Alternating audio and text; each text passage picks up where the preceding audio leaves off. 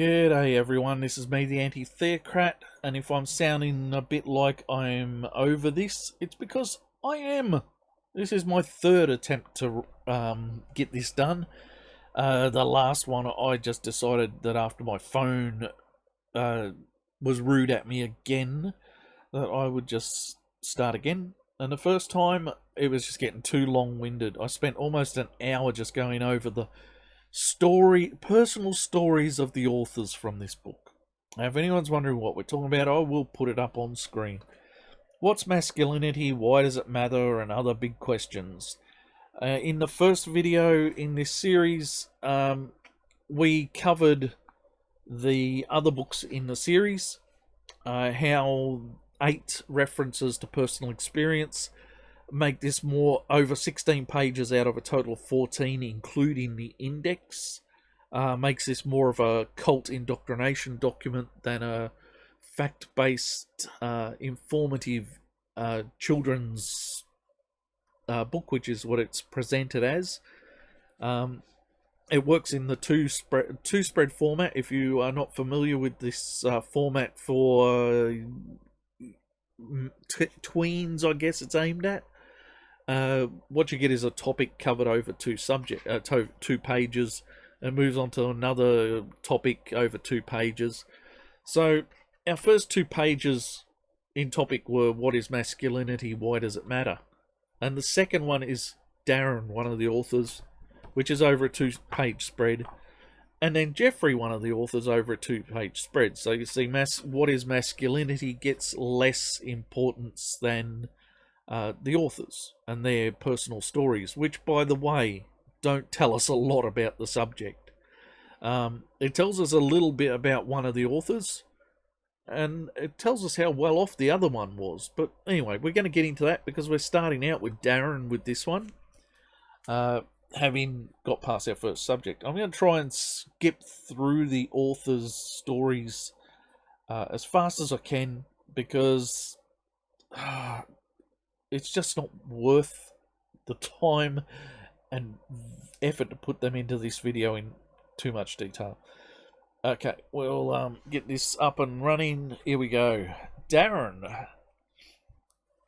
I'll only read the top and then I'll brief the rest of it. Darren taught in London primary schools for 20 years and is currently a teaching fellow at UCL Institute of Education.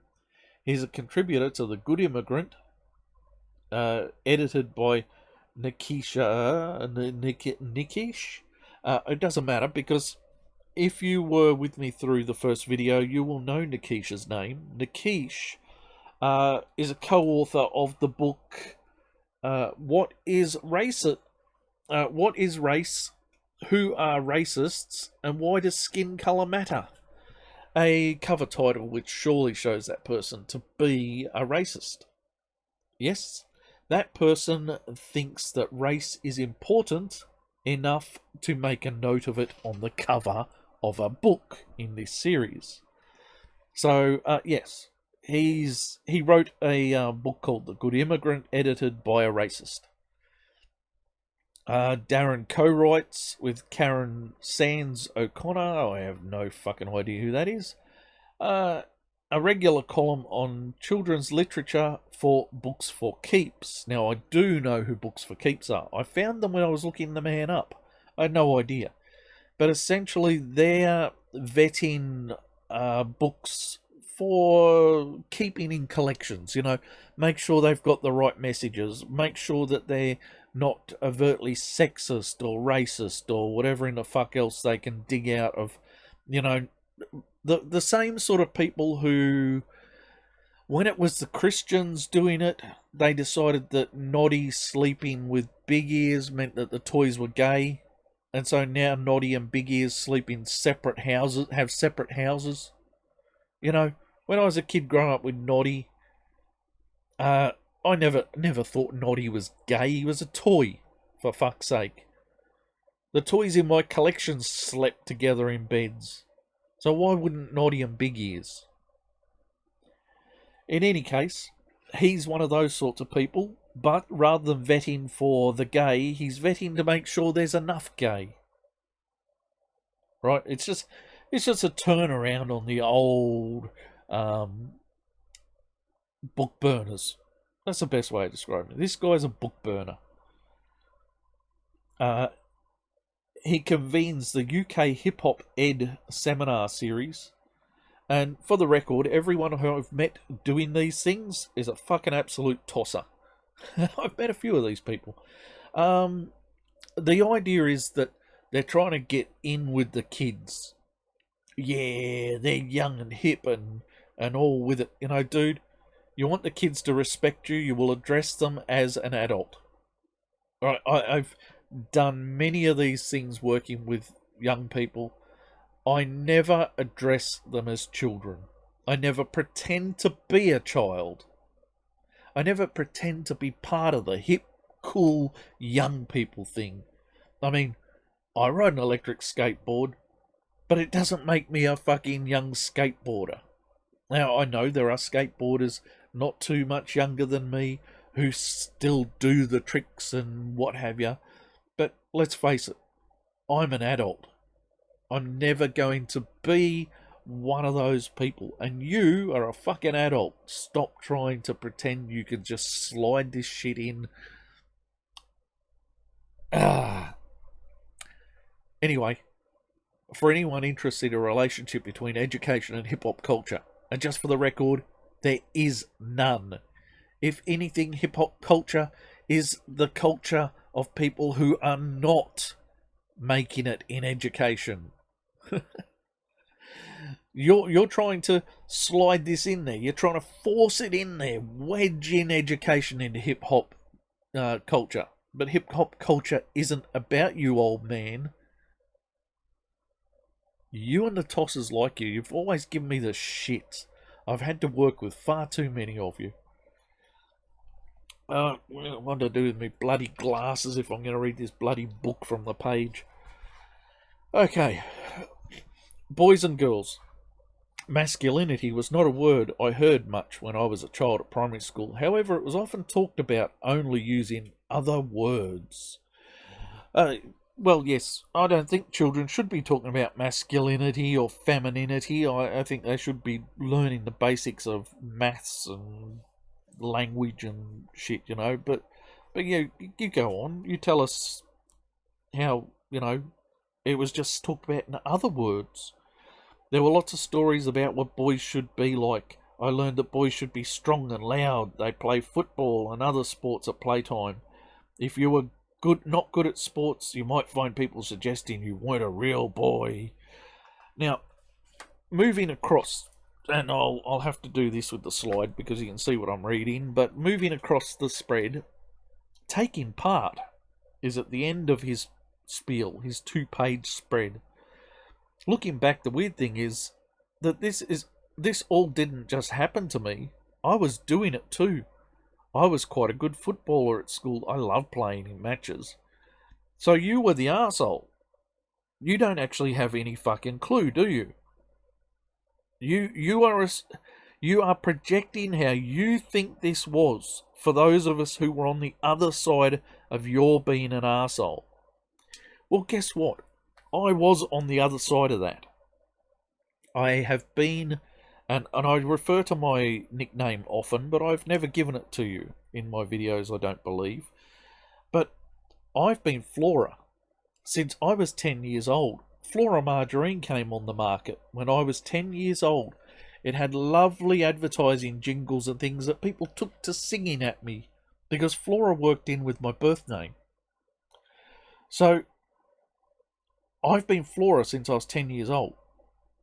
I had people for years pick on me for being Flora. Now, I didn't like it. I turned around to my mum and I said, I don't like it, I think I'll go with Flora. And she said, pretend you like it. It didn't take long and I actually discovered it was one of the better things I could have been called. So I've stuck with Flora. I've stuck with Flora for more than 40 years of my life. It has meant other people trying to bully me over my nickname even into my later adult life. And it just bounces off. Because I like being Flora. I lived in a town that had the second biggest Greek population per capita outside of Melbourne in Australia. And all their fucking sons had two names, one of which is my birth name. And you know, Flora made me stand out as something other than one of the Greek boys. Not that there's anything wrong with being a Greek boy, but when you scream out Flora in a crowd, I'm pretty much certain that you're screaming it out to me, right? So there were advantages to being Flora, other than it just gave people something that I didn't give a fuck about to focus on. But through my high school years, I got friendly with my school teachers, my music teachers. It was music that got me through school. I didn't like school. I didn't like being there. I didn't like people there. There were assholes like you there.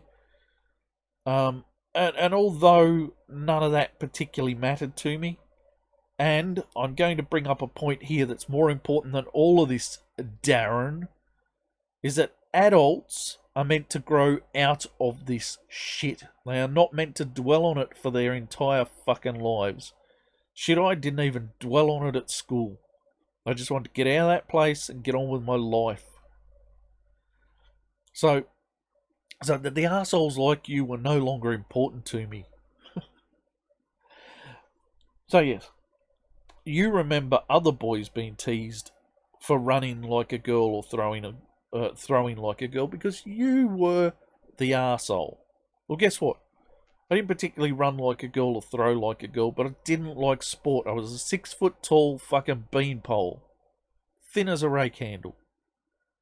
And I just have never felt comfortable running. It's not that I can't. It just always felt fucking awkward and uncomfortable to me. So I didn't do a lot of sport. I played hockey before I hit high school. But I had a team member hit me around the legs with his stick, and when I went back and took a swipe at him, I broke my stick and probably his leg, and I never played again. But, all things said, I was the guy that you were trying to take the piss out of. And I know who you are. I know you. I went to school with you. Not you personally, but you, the character you're presenting. And guess what? I didn't care. In my mid to later years of high school, my two best friends were girls in a year lower than me. My smokos and lunches were mainly spent in a music classroom with access to the music storeroom, which gave me access to instruments. And I discovered I had a knack. I'm a saxophonist. And I discovered I could pick up a wind instrument and learn to play it to an adequate degree to join a band within 2 weeks. French horn, mouthpiece is a bit small for me, but I started with the Darwin City Brass Band as third cornet after 2 weeks of teaching myself trumpet. Later moved to trombone. So, yeah, I didn't give a fuck about you. I was just getting through my life, doing what I had to survive. In my adulthood, none of you mean a fucking thing to me. You know, I actually went to 4 different high schools, but I went to 2 that I had significant time at, and that both had reunions in the same year. And I didn't go to them. I didn't go to them because there was no one there I gave a fuck about. The few people I gave a fuck about, they've either kept in touch with me, or it doesn't matter. So why the fuck would I go back and talk to you lot? Who gives a shit? You were just fucking kids. We were all just fucking kids. Grow up.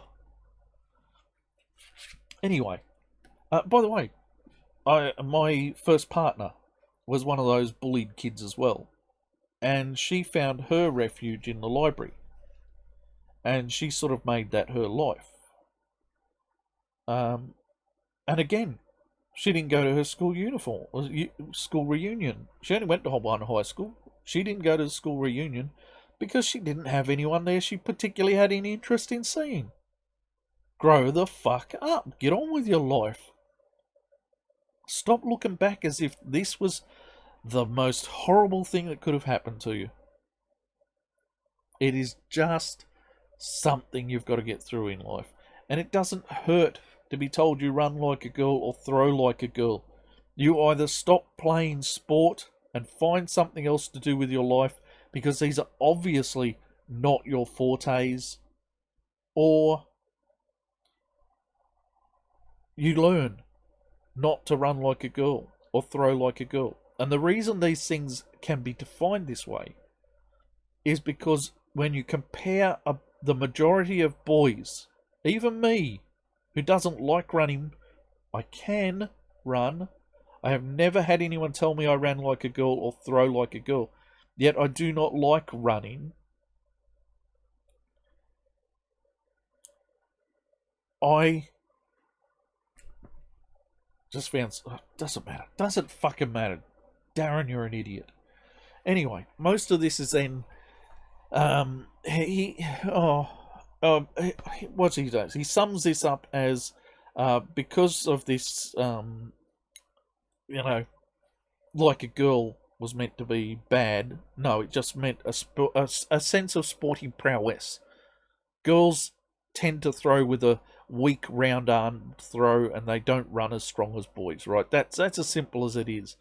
But he sums that up as, and it gave us a mistaken, sexist belief we were more important than girls. Only you, arsehole. Only you. Done some of my fucking school was a girl. Most of the people at the top of the class were girls. The only other person competing with Suhanya was a mate of mine,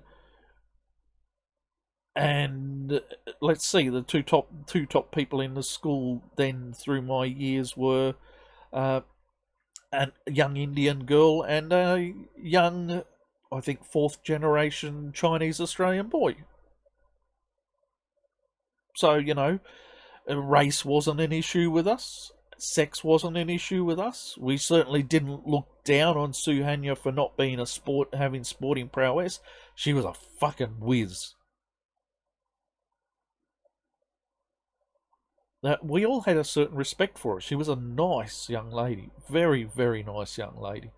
Her excellence at education was an excellence she carried through everything else she did with her life. I didn't know her overly well, but I fucking got that from her. That came through. It just shone through. So, what she did with her life after I knew her, I don't know. But at school, that's who she was.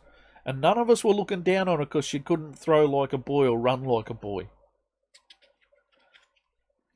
If anything, you move on to say, oh, what were little boys made of? Snips and snails and puppy dog tails. That's what little boys are made of. And little girls are made of sugar and spice and all things nice. That's what little girls are made of. Do you understand this at all? It means that girls are sweeter and nicer and just better than boys. Boys are horrible creatures. They live in the dirt. They live at the bottom of the garden.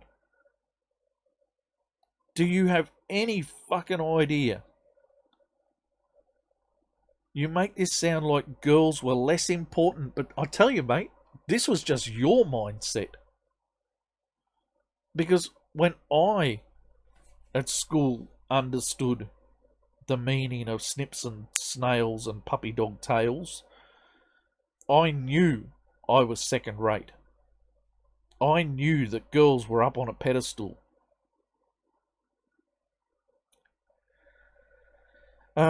Yeah, so boys will be boys. You do know that does not mean they murder people. You do know that is the boisterous nature of boys. Good word for that. Boisterous.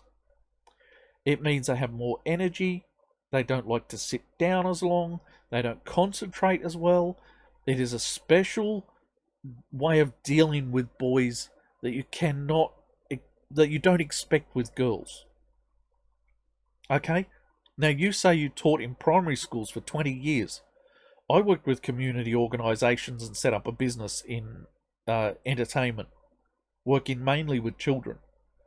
And even I fucking know that when you're dealing with boys, They are going to be a handful. It's not that actually that difficult to manage. But compare that to a girl, and they're more likely to just sit and take note. So then you use being unladylike here. Do you realise what that means? Being unladylike means you're being more like a boy. You're no longer being a young lady. What are you doing, young lady? Why are you acting like one of the boys? You do understand that this is young ladies on that pedestal.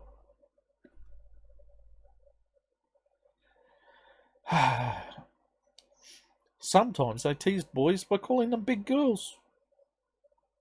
Yeah, again, you're talking about prowess, strength, emotional strength, a whole range of other things. But at the end of the day, it's the girls on the pedestal. Now, it is fair for boys amongst one another. It's like the poor people taking the piss out of the rich people. The boys take the piss out of the boys, calling them those on the pedestal. Right, the poor people will make jokes where the what are you prim and pompous sort of thing, and it's to take the piss out of other poor people for being above their station.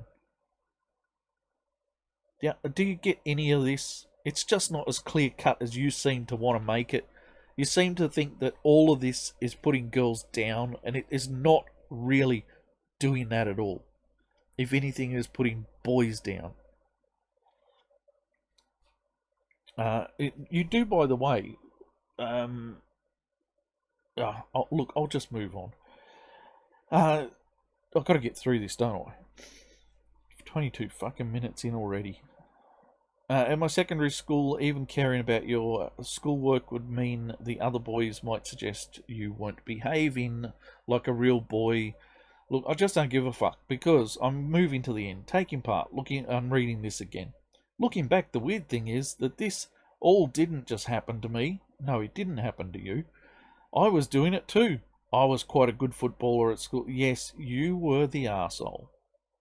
You were the arsehole that made me not want to hang around with the other boys at school. Although I did.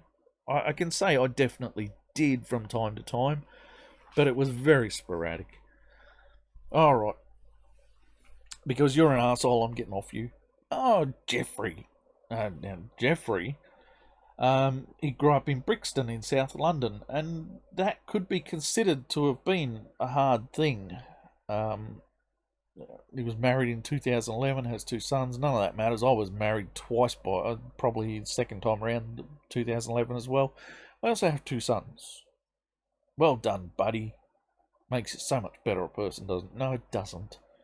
Just means you've got no life of your own anymore. You're now someone else's property. And I've got to say, I don't care. I don't mind. It's my life too, so, good on you. In 2017, his first book, Hold Tight, Black Masculinity, Millennials and the Meaning of Grime, was published, followed by Blacklisted. Why do I get the feeling this guy is a racist? I mean, this guy's writing books about how hard it is to be black, but in his entire story, he first House of Women, because he says his dad was at work all the time, so it was just him, his 2 older sisters, and his mum. And his older sisters were old enough; they were heading off to university, had part-time jobs and stuff, and his mum was a working woman. And they all had good educations. Both sisters off to university, mum making good money, and dad at work all the time. So there's some good money going around.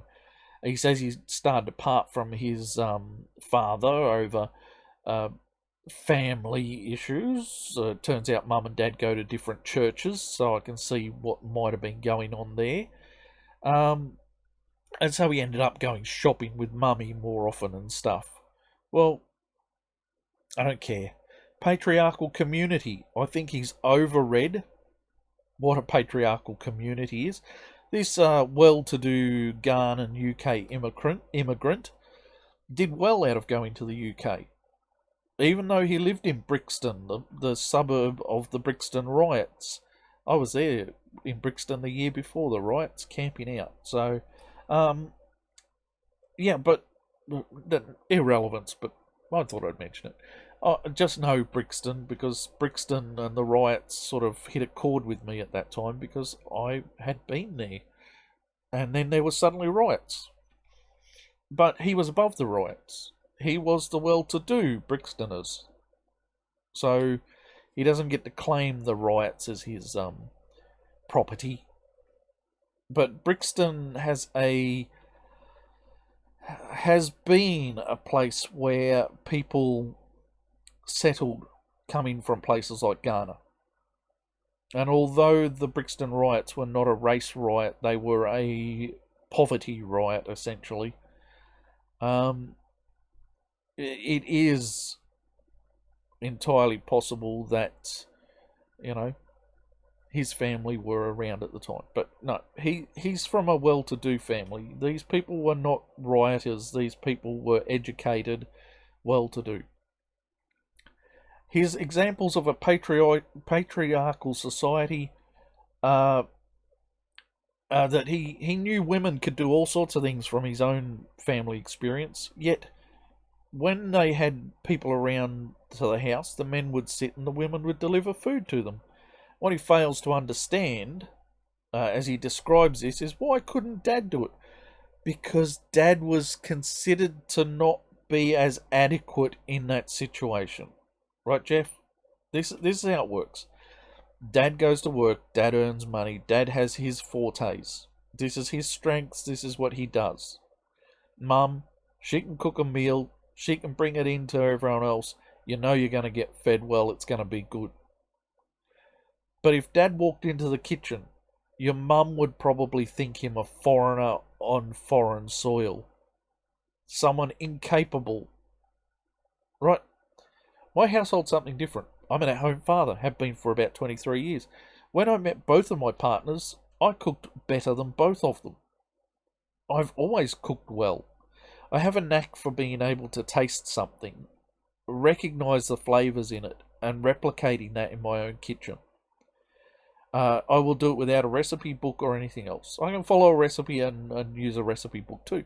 I can also take a recipe and modify a recipe to suit the ingredients that are in my house and make that work. So I'm a good cook, just at grassroots. Neither of my partners had that skill when I met them. They've both improved over the years, but both of my partners did not have that skill when I met them. Your father simply fits into the category of people who were not expected to have that skill and would have been considered outside his rightful place had he stepped into the kitchen. So you're reading too much into this about patriarchal communities. Remember this, your mother worked, your sisters were well educated and went to university, studying sciences, by the way. Not this is much lower level of education than you got. You got an English literature. You studied English literature. Your sisters went into STEM, the sciences. So, yeah, I think you're reading far too much into the men got meals delivered. Anyway, as a father of two, he's sort of glad to have had strong male and female role models, and I can't blame him for that. I had those things. They're not bad. I'm from a very poor family by any measure of this guy's standard. Neither my brother or myself got university educations. So, yeah. But we had strong role models. And Mum was an at-home, stay-home mother for most of her life, till my father had his motorcycle accident. Run down by a car, pelvis in 6 pieces, Achilles tendon held on by, foot held on by Achilles tendon, shoulder was shattered. Dad was told he'd never walk again. He does, but, He was told he wouldn't. I was 15 years old. Mum went into the workforce. Mum also took up a fight for compensation rights for victims and won.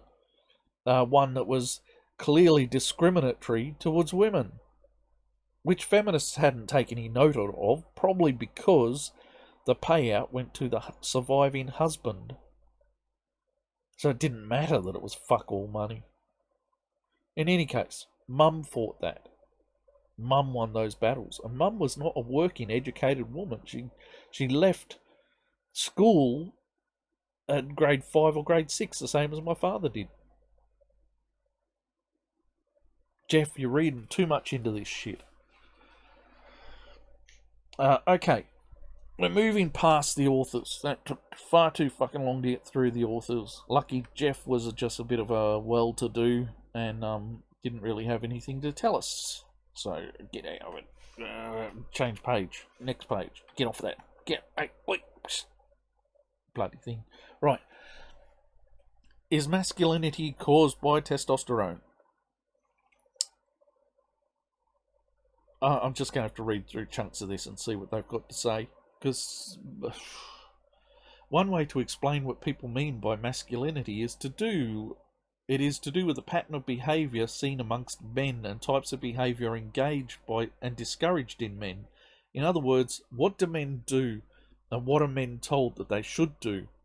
And what, if anything, does testosterone have to do with it? Well, I would have to say that testosterone has a significant part to play in it. But different levels of testosterone will mean different levels of commitment to this. But we can go to the example of anyone who takes hormones to transition one way or the other, male or female. And by the way, yeah, I'm not playing the gender game. There are two genders. And there is people who slipperily try to describe themselves as anything but one or the other, and those, like the transitioning ones, who are changing between one or the other, or only going half the way because they're scared of the knife. But, whatever. It doesn't matter. None of that matters. This is all insignificant sideline shit. There are two genders. Otherwise, even transsexual means nothing, because you've got to be able to transition from something to something else in order for that to have meaning. And the things you're transitioning between are male and female. There was a time when gender was just synonymous with biological sex, and that should still be the case. All this fucking bullshit invented genders, don't just go get stuffed.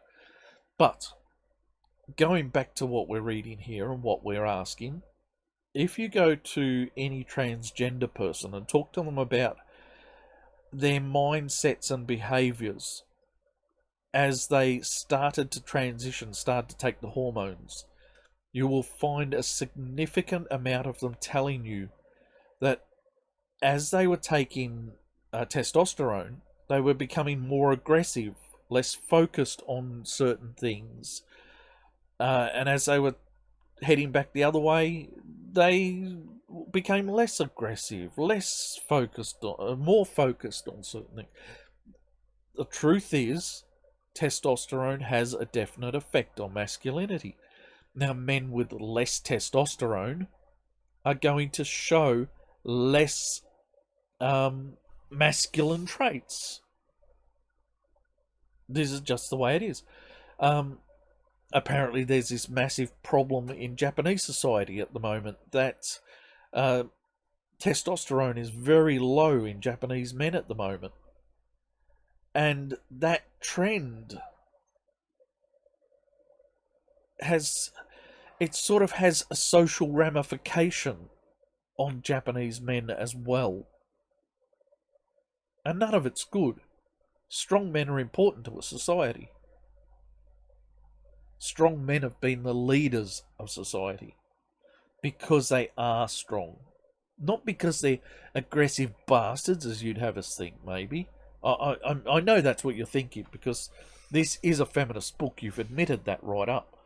And I should have brought this up at the start, but in the first video, I did note that they have put forward two statements which make it clear that this is both indoctrination and feminist.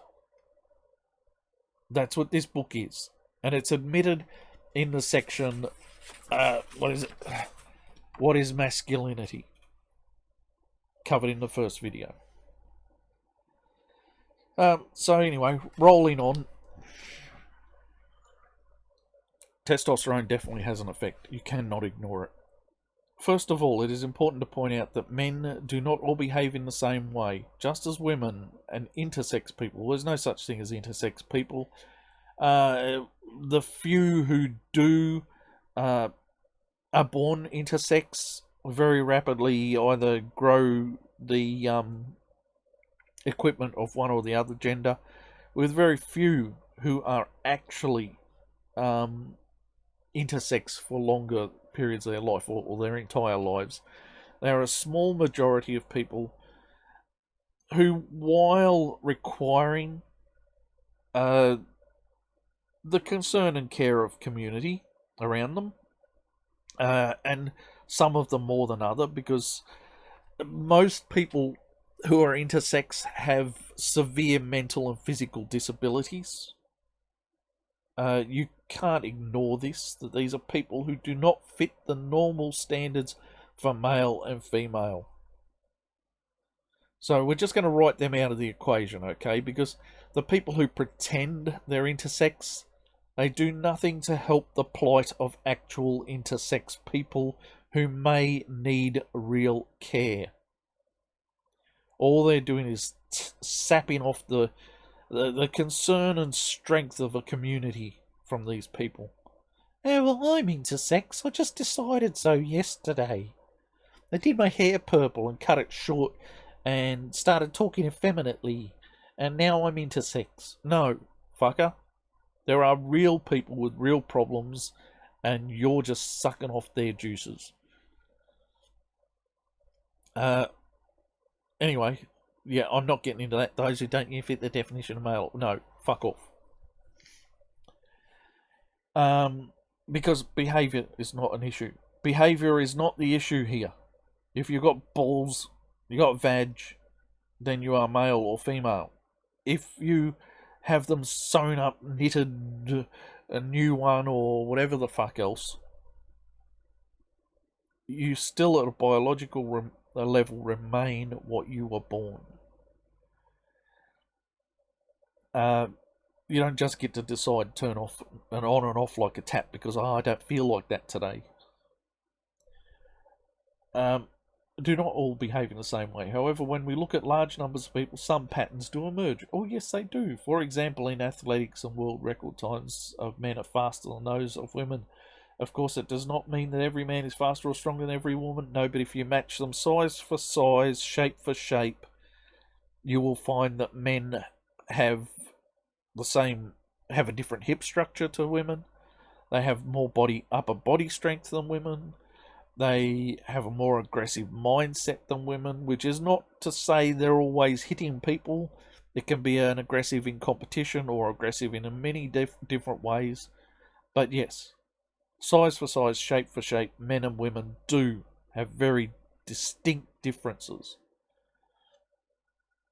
It doesn't mean that I'm going to outrun a champion sprinting woman, because size for size, fitness for fitness, we do not match, right?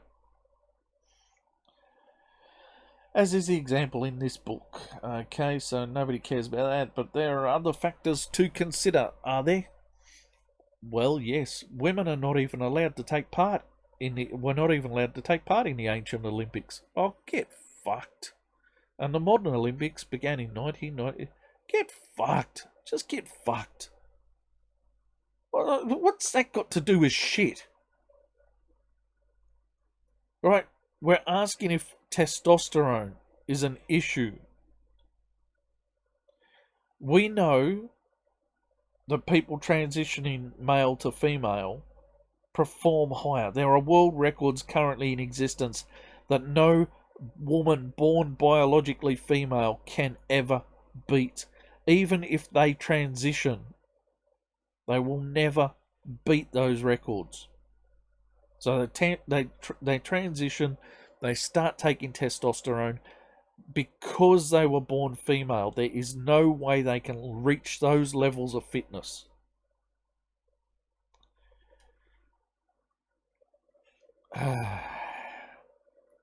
In any case, it has nothing to do with ancient Olympics, right? Men and women compete in different fields because they have different levels of ability. It's that simple. And that's genetic. That's not testosterone. That's genetic. Testosterone just happens to be a certain driver in that genetic makeup. It is an early, right, if you've got more testosterone in the womb, then certain developmental factors are going to be more prevalent. It's that fucking simple. But it still comes down to the genes that create the testosterone. The XY chromosomes. However you want to describe it, it is more than just testosterone. Testosterone is a hormone. The role of testosterone. It is important in reproductive development. It is important in the development of male sex organs before birth, and changes happen at puberty, such as voice deepening, increased penis. So none of that. Testosterone is important in hormone to take into account when considering physical differences between men and women. You may sometimes hear people talk about testosterone flying about when describing a group of men being very competitive. Actually, it's just men doing anything. Men sitting at the pub having a brag about their day at work or anything else. You'll hear people say, "Oh, look at the testosterone there," or "What a testosterone fest," or what, I don't know for the fucking terms. I don't hang out enough with these people, but anyway, you will hear those sorts of things, and all it means is there's a group of men behaving like men, because masculinity is somewhat driven by testosterone. And so testosterone becomes the key word in describing men doing men shit. Okay. For a long time, scientists have been interested in the relationship between levels of testosterone and aggressive behaviour. I think scientists can be justified in that, but I think it would be helpful if feminists would get out the fucking discussion so we could discuss it properly. Because what we need to discuss as well is, why are women aggressive? And we're not allowed to do that because the feminists have made us believe, as a society, as a people, that women are sweet and lovely, you know, made of sugar and spice and all things fucking nice. Well, domestic violence is approximately 50-50. Women will more often kill their mothers and grandmothers will more often kill their children than fathers will.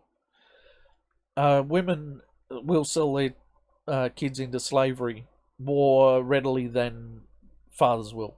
There are a whole range of things that should be thought of as aggressions that we do not think of aggressions because they don't come with fists.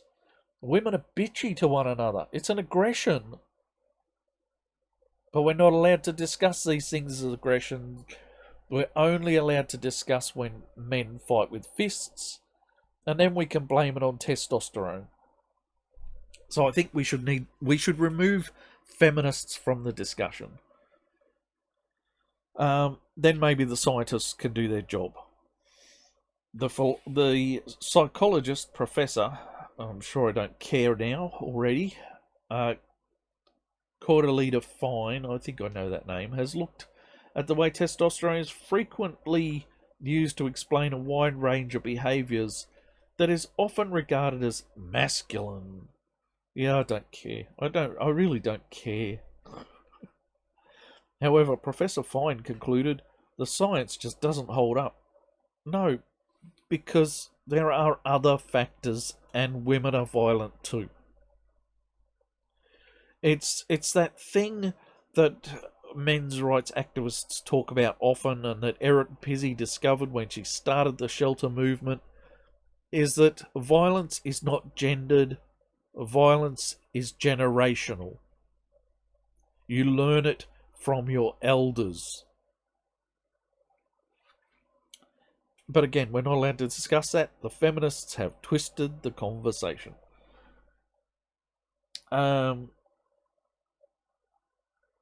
I'll continue reading this. She explains that whilst the behaviour is being called masculine for some, they are not simply caused by levels of testosterone. The causes are far more complicated. Many of the characteristics that have come to be known as masculine or feminine have been seen in men and women, and where masculine characteristics are more common in men, it is not necessarily due to any biological difference. Right, so all Professor Fine has discovered is what Erin Pizzey already knew. As we will discuss later in this book, social reasons and right, they're going to come back to the I played footy and so I picked on everyone else. Who gives a fuck? Right? My parents raised me to think for myself, to fend for myself. I became Flora because my mother told me to just pretend that I didn't mind being called Flora, and it stuck as my nickname for my entire fucking adult life and most of my childhood. Because my parents stood as a barrier between what I was getting at school and my understanding of it. Alright, so you cannot just say it's all because of the peers. It's not all because of the peers. Anyway, you'll go there, I'm pretty sure. I thought it worth a note. Oh, get you to there. Right, let's change the next one. How long are we? We'll get this one done, shall we? Then we can move on to the rest of the book. Hurrah! Next video, by the way, but let's finish on this one. Are there male and female brains?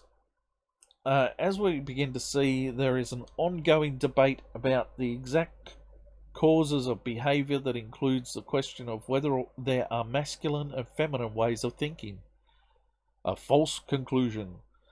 There is a long history to the idea that men and women have different brains. In Victorian times, look, I'm not even going to go there because I've already mentioned that if someone transitions, they have to take hormones. And the hormones change the way in which they behave, change the ways they think, changes the way they concentrate on things. Now, maybe we can't measure the difference between a male and a female brain. Maybe they're using the same parts of their brains in different ways. We can't pretend to know enough about the brain. So maybe there's an immeasurable difference that is driven by basic biology and hormones. But to simply declare a false conclusion when I myself know that there is no conclusion at this point. This flip-flops all the fucking time as to whether there is a male or female brain. It depends on who's doing the research. So, yeah. Similar claims also disproven about the superior intelligence of Europeans over Asians and Africans were also made in the Victorian. I'm sorry. I'm terribly sorry, but there are... If you use IQ as your measure of intelligence, and IQ is not about your rote learning, it is about your ability to reason, then I'm sorry to say it, regardless how racist it seems, because yes, there is always the not all. But no matter how racist it seems, there are differences between the IQs of different races. And this doesn't even speak to how people succeed. Because white Europeans have fairly high IQs. Jewish people apparently have better ones, but I don't know how that ranks. And the Asians don't do too bad. Yet, a political system such as communism can totally crush the will for people to succeed or do better. Communists aren't innovators. Communists are spies. They have spy networks and secret police networks and so forth. Their innovation comes from stealing from other people and developing those stolen innovations. And I know this is generalization, but it's a fucking good one. Even now, we're looking at the Chinese, who we've given all our technological development. They manufacture it all for us. They have it all on their doorstep. And yet they are still stealing from us. Because while they are very good at taking ideas and refining them, they're not the people with the ideas. And part of the problem is that until fairly recent history, there was no drive, no economic value in striving to be the best in your field or innovate. So, I'm disgusted that I'm going to say this, but I have a fairly high IQ and I've done fuck all with it with my life. Right? So IQ is not a measure of success. It doesn't matter. But what you're saying is categorically wrong, that everyone is just the same.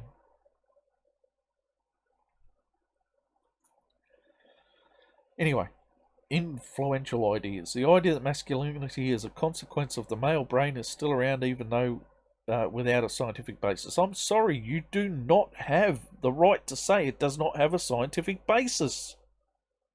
It certainly has a scientific basis.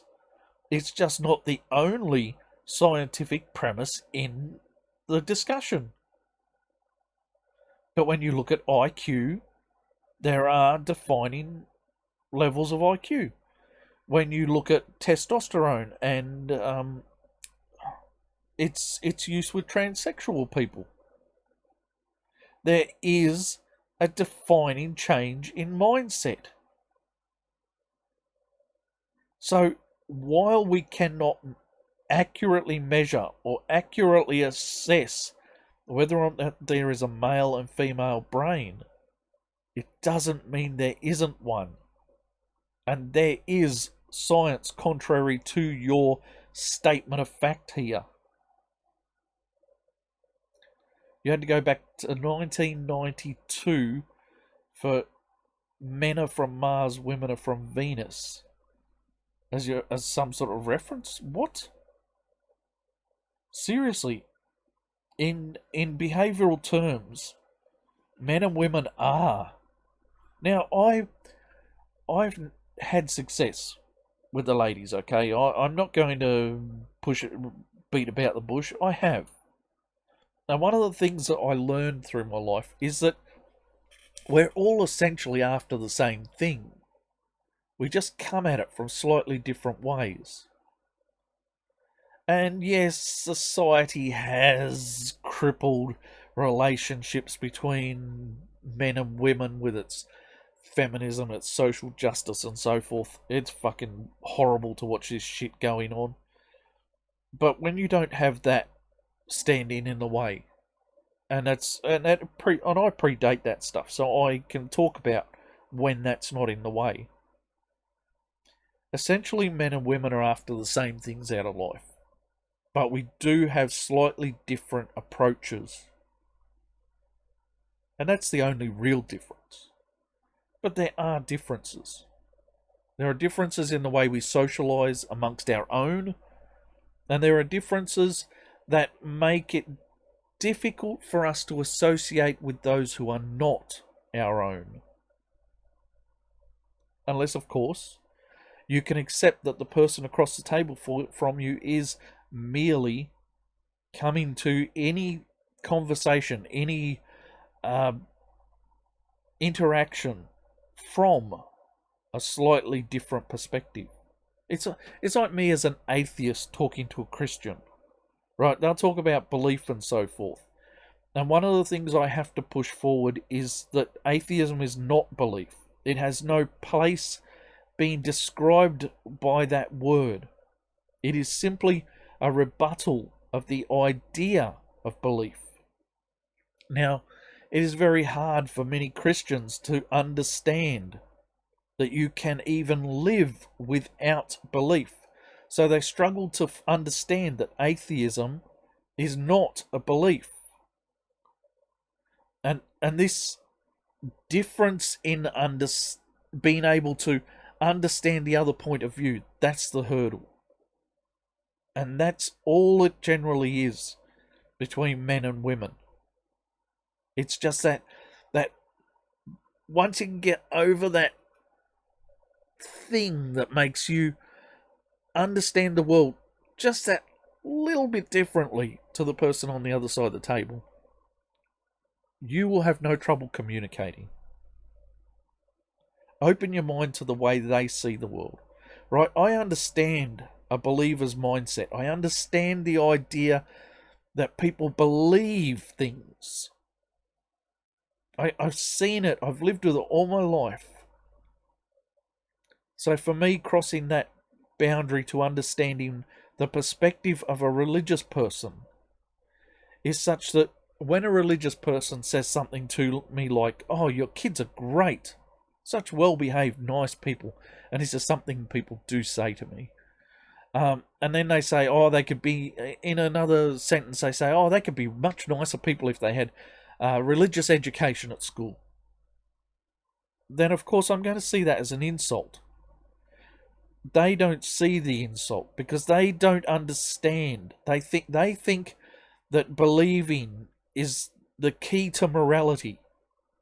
Yet they have, in two separate breaths, told me that my kids are moral people. It'd just be a bit more moral if they had the same key to morality they had. Now, how is that not insulting? For me, I see how they think, and so quite often I will tell them why they've insulted me. And I'll explain in depth how they've insulted me. And my very deepest Christian friends have all had this conversation with me. They all know that when they tell me I could be better with religion, they're insulting me. And even though they don't see it because their mindset doesn't tell them that that's wrong, when you say it to me, it is an insult. It's just that breaching the gap. And trying to get the other person to... You either have to get the person on the other side to understand your side of things, or you have to understand theirs well enough to accept the difference. Anyway, moving on. I don't think this has got anything to say to me. Are there male and female brains? Basically, this guy, they spelled it out right up front. They don't think there is. And I think there very much is. It can be shown. Again, we come to people transitioning and taking hormones. They've made a big deal of hormones, and unfortunately, hormones are sort of the proving factor. That you can, the more testosterone you are going to have, the more masculine a brain pattern you are going to have. The more, maybe not a measurable one, but people transitioning will tell you there is one. So anyway, what's there think about? Liz Lockheed's poem, Men Talk, pokes fun at the idea that men communicate about important things whilst women communicate about unimportant things. I don't care. Not going to think about that at all. I don't think that's true. I think men can sit and brag about bloody their sexual escapades as well as women can. Yeah, it is something that women do. It is something that men do. Anyway, the next one's a personal account again, and I'm going to get out of this before the next personal account. Again, I've made another hour-long video, and I'm barely through half of this book. I will try and rush some of these personal accounts now, as we're not dealing with the authors, we're just dealing with people who the authors think were important enough to have a say. That's it. I've been the Anti-Theocrat. This has been part 2 of my book review for What is Masculinity? Why does it matter? And other big questions. I will see you in the next one, and until then, may your gods remain fictional. And for anyone who doesn't understand what that means, I'm going to address this quickly, because maybe I put off some of you theists with my may your gods remain fictional, but all in all, I find your gods to be scary characters.